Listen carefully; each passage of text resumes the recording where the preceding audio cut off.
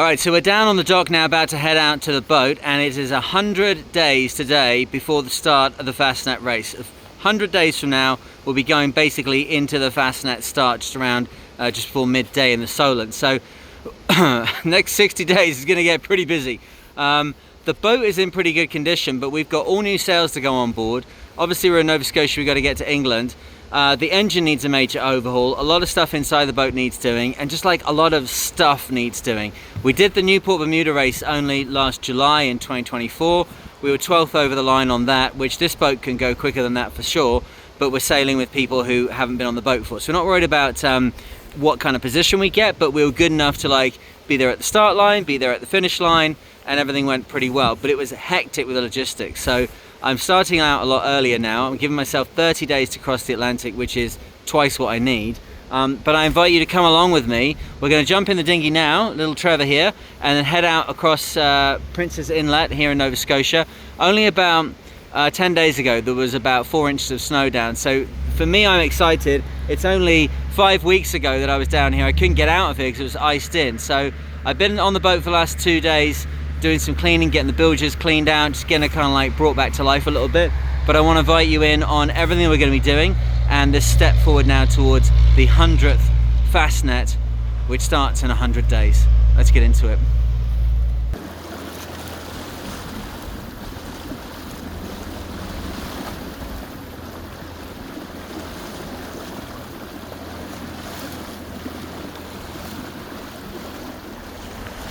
So we've just got to deliver that solo to the UK and do the Fastnet race. Simple.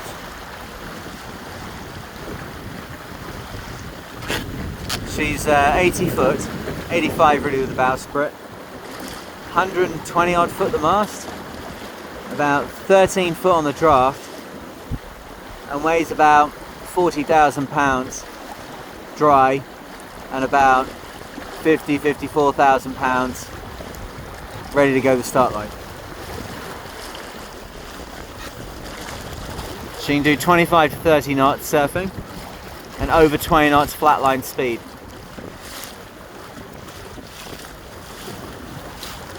Kevlar body, carbon fibre mast, spar and rudder, 12 tons ballast, 10 tons on either side water ballast, 20 tons in total if you wanted to fill it up.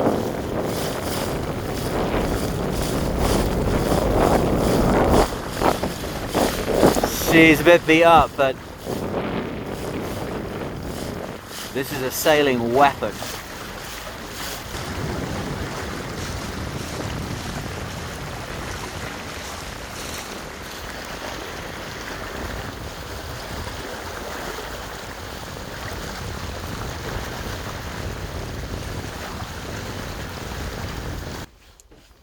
Alright, well, good initial day, although it's a long way off finished for me, but it's just so lovely on deck like this tonight. It's kind of good to come and sum up for the day.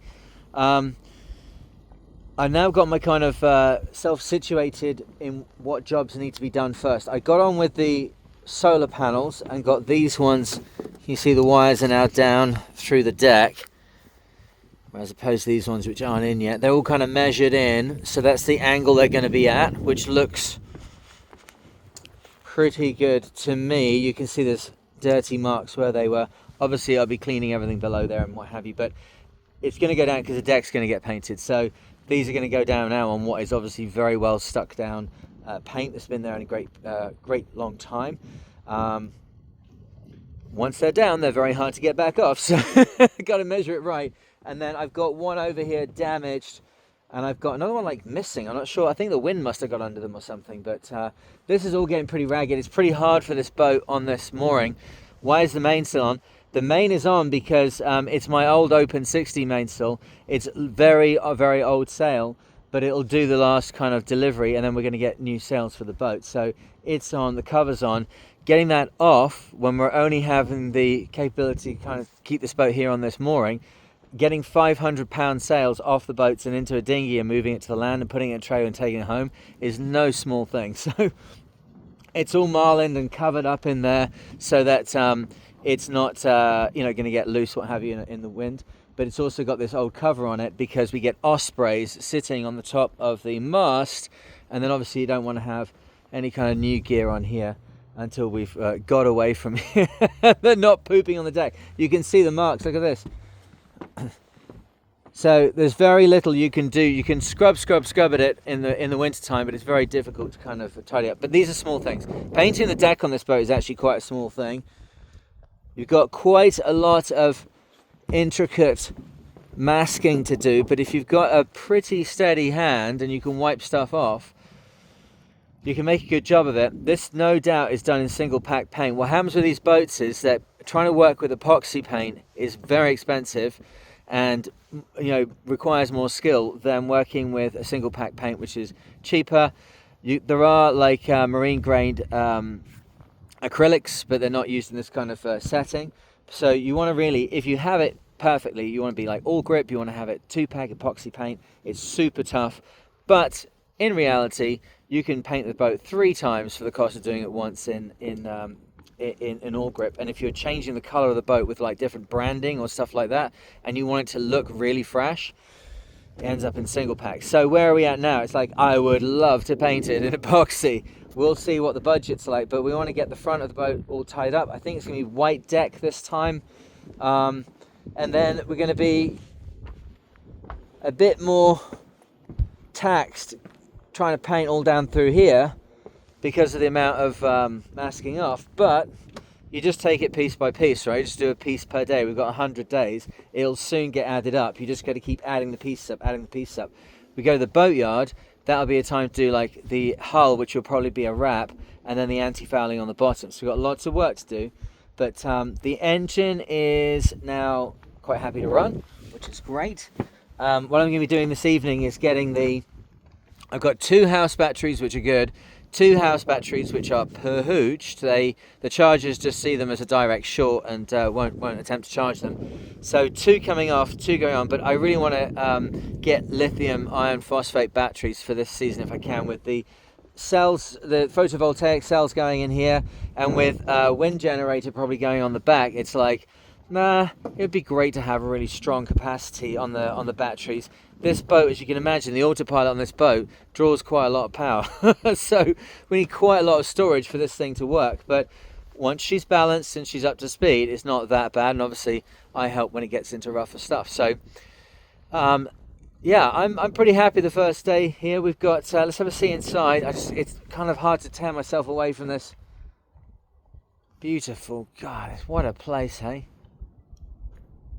What a place. What an honor. Okay.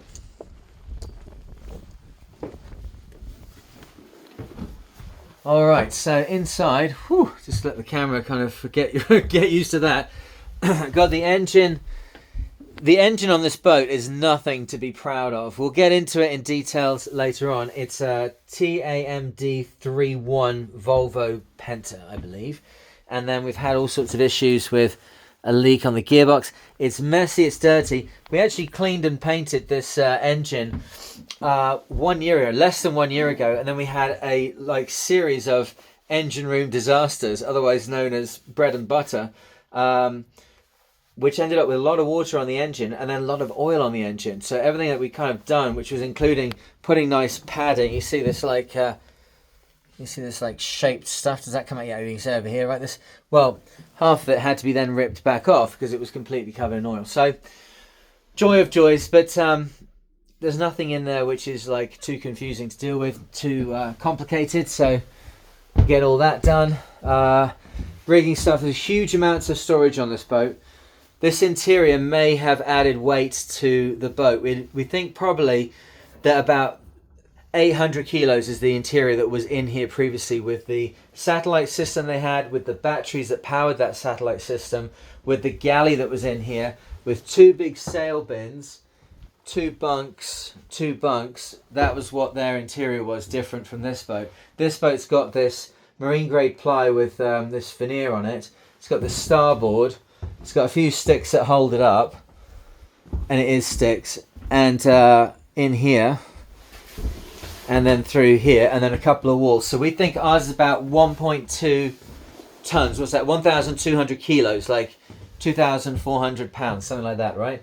And the one that came out was like about half that. So there's a bit more weight in the interior, but from my point of view, there's a lot more functionality here because there's the ability to store stuff. If you're on your own, you're taking a huge amount of tools and spares and equipment with you.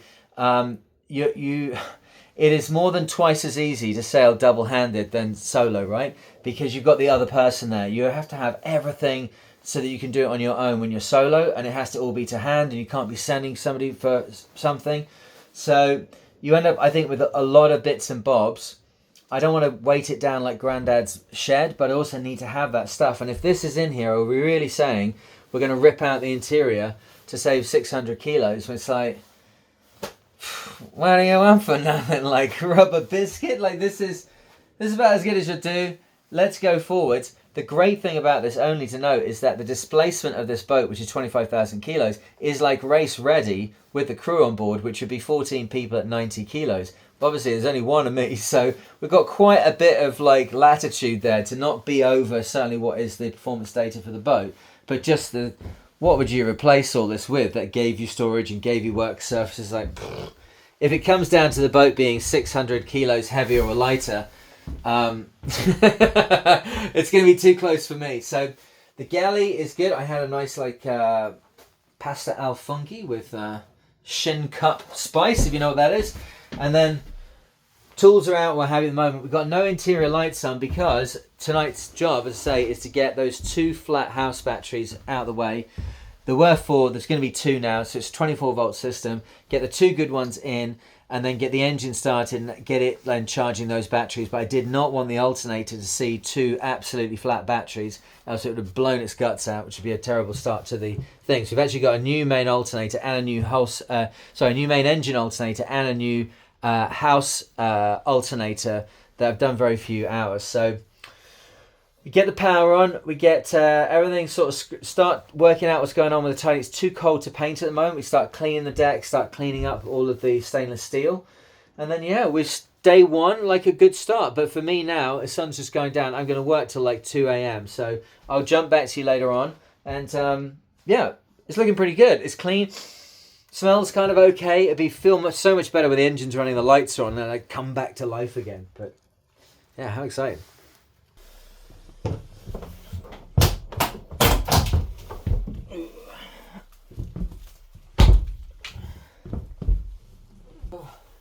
At least they're not the big 8D ones, right? Those are monsters. Like 200 pounds. Okay. Alright, that's those guys out. Shuffle these 2 back kind of into position. Get the wires connected. We should have 24 volts again. Okay, so we're just doing the connections here on these batteries, and obviously any kind of corrosion, any kind of anything that means you've not got perfect clean copper, touching clean copper, is going to be slowing down the charging of the batteries and their ability to discharge. Certainly with things like the autopilot, that means that you can have real issues with it starting to not have the power it needs to control the boat.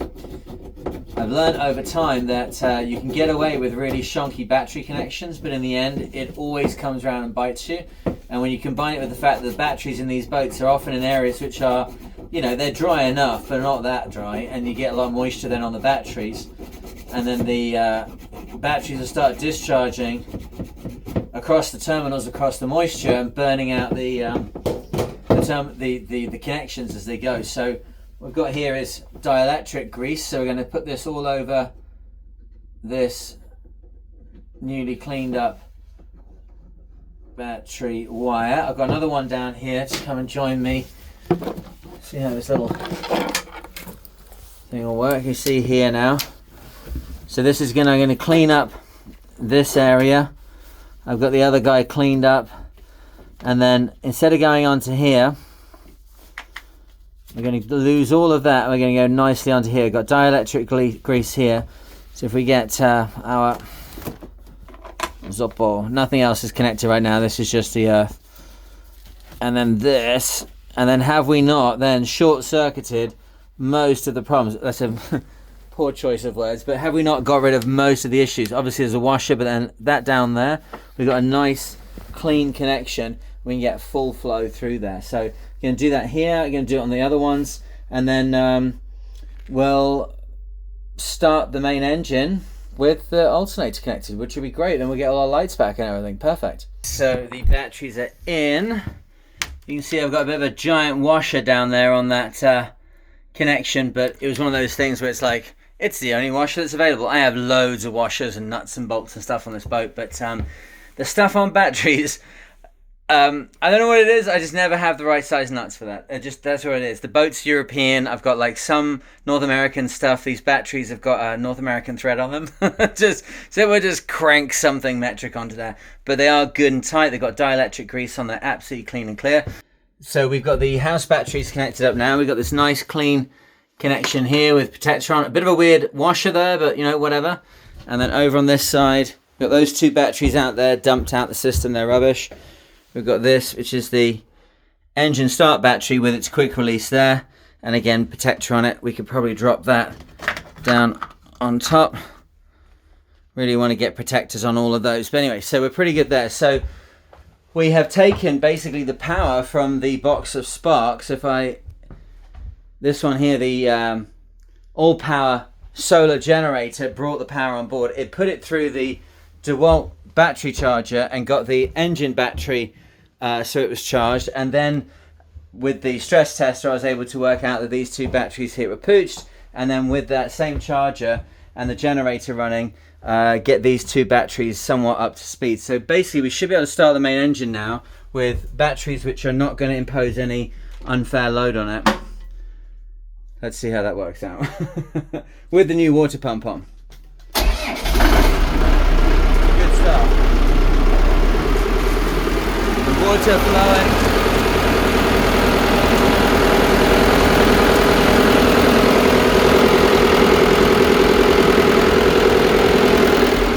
So we know the water's flowing.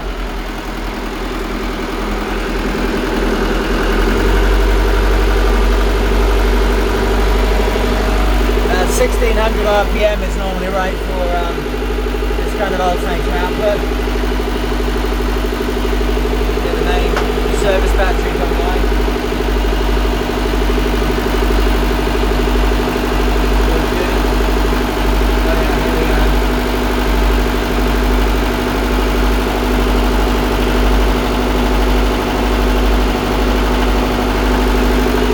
Let's see what we got. Now we know the lights are going to be out in this area. Okay, but everything's on. Yeah.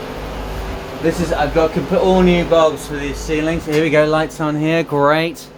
It's so nice once everything's running. We don't have much diesel, so I have to be careful about that. But suddenly, hopefully, yeah.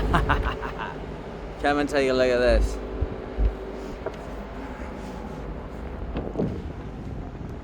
This is when we know the boat is alive again. Aha, we've got the mast lights on. You know, I thought there was more light here than perhaps there was. Luckily I brought a head torch with me. So we've got power, the boat is running, we've got lights on. Then we've got compass lights on down the back there.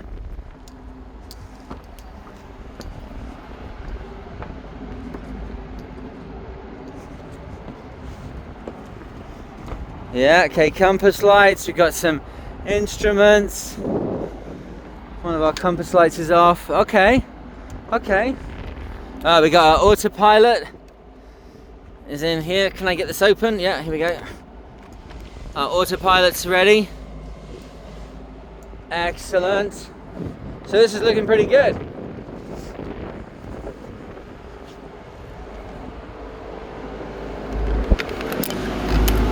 And then that leads me to the thing I really wanted to do.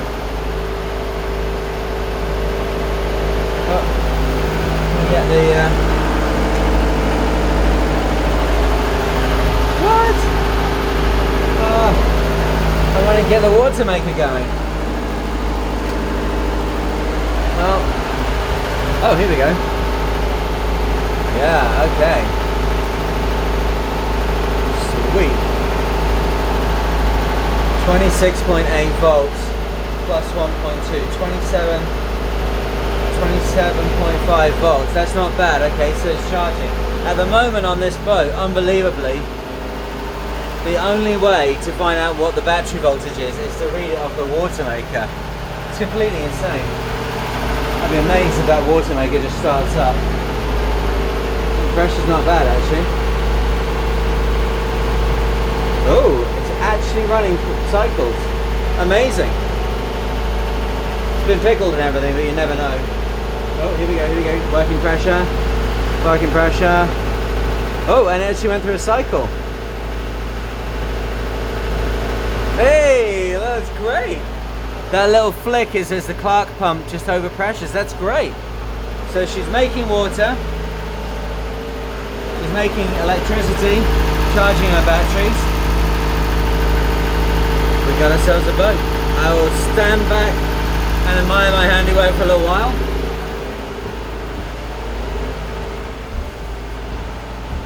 Alright, well that was fantastic. I'm so glad to get all that stuff done now. Look how more cheery it looks here.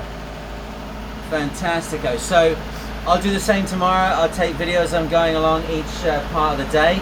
It's going to be a bit weird to begin with as I find my voice, but thank you for listening for this first one. It's been pretty interesting for me. We got a lot to do here, as you can see all the jobs that are around here. I want your interaction, I want to learn more. Why am I 12 volt batteries when there's lots of them in series and parallel? Some of them are charging, some of them aren't.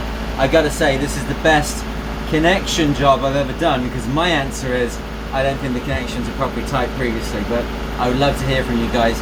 /themariner@patreon.com if you want to help out and support what's going on here. And if you want to sail me, the website will be going live in the next couple of days. Come back here for information. I'll drop the link down below in the future once I've got it. And then you can come, and if you want to sponsor what I'm doing, if you want to help out, if you want to see more of the media stuff there and the big round the world event, then have a look at that and come and join me either on the Fastnet or the Middle Sea Race, the couple events we're going to do where we get to sail with the public. So thank you very much, and yeah, we got a boat. Cool. On to day 99.